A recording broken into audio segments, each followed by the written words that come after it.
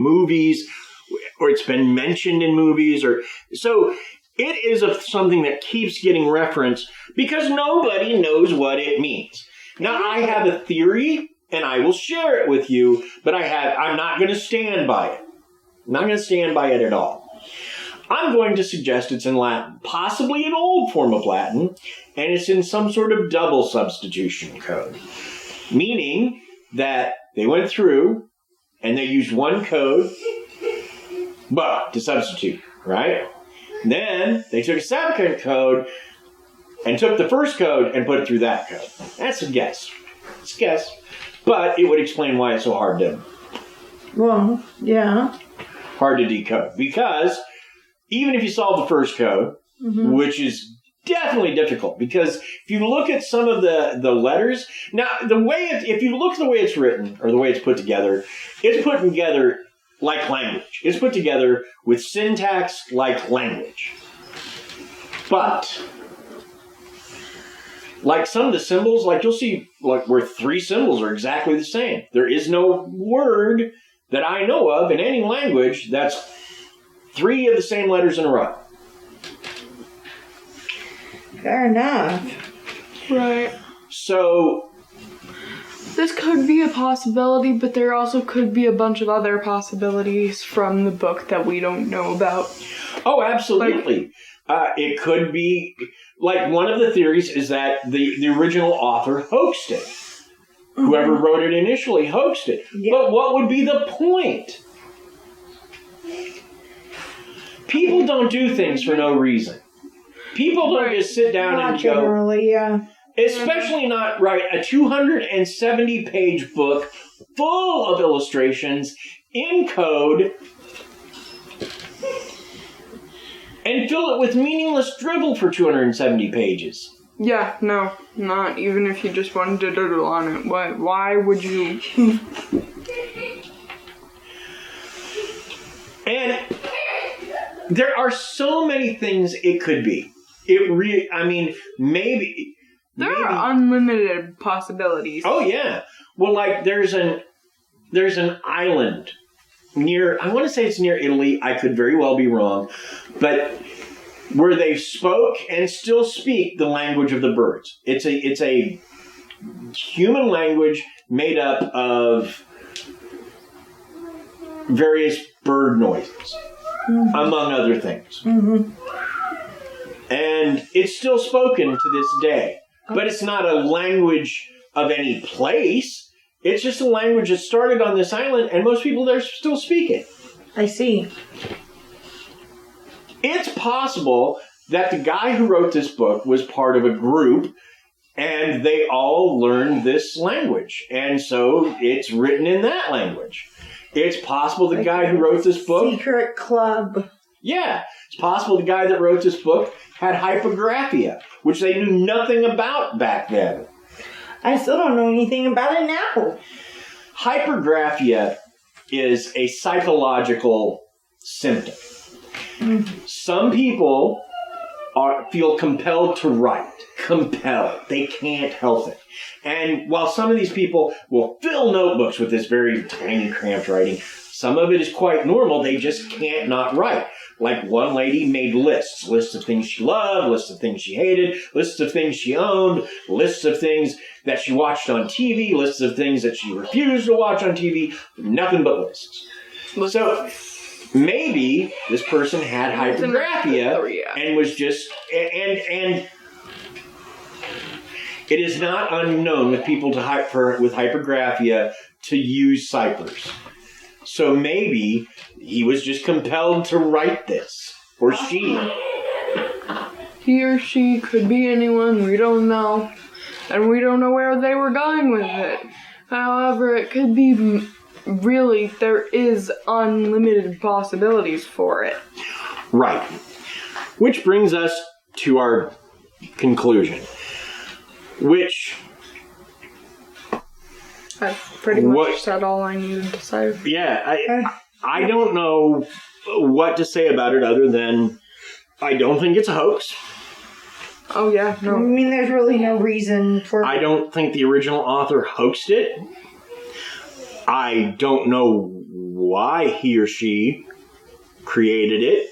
I don't know if it was a lonely impulse of delight, mental illness, or maybe it was something to be used among a community that was very insular and didn't share their thoughts easily with outsiders. And so it was created for them. And that somehow it was brought before King Rudolph, who bought it and sent it on its way, and it came down to us in the modern times. I don't know. But the only thing I can say is I feel like it wasn't hoaxed, that whoever wrote it had a purpose for writing it. Whatever that purpose was is probably lost to history. Like, I may have something to say about it, but even if I do, I'm probably going to get it thrown off, so I'm not thrown off. And folks, if you're hearing small child giggling in the background, that is Lexi. She is Krysta's youngest sister. She is Laura and my youngest daughter, and she is quite beloved, and she is happy as a clam right now. So I probably won't be able to edit out any of this, but since I can't... But since you can't, just listen to the child giggle and laugh about yes, it. And then smile. Enjoy the laughter of a small child and know that she's happy. Laura, your thoughts? I mean, I'm with you guys. Like you said, what would be the reasoning behind it? Even if you're trying to sell something for a profit, the people that they thought might have hoaxed this never made those Why would you attempts to sell it, to,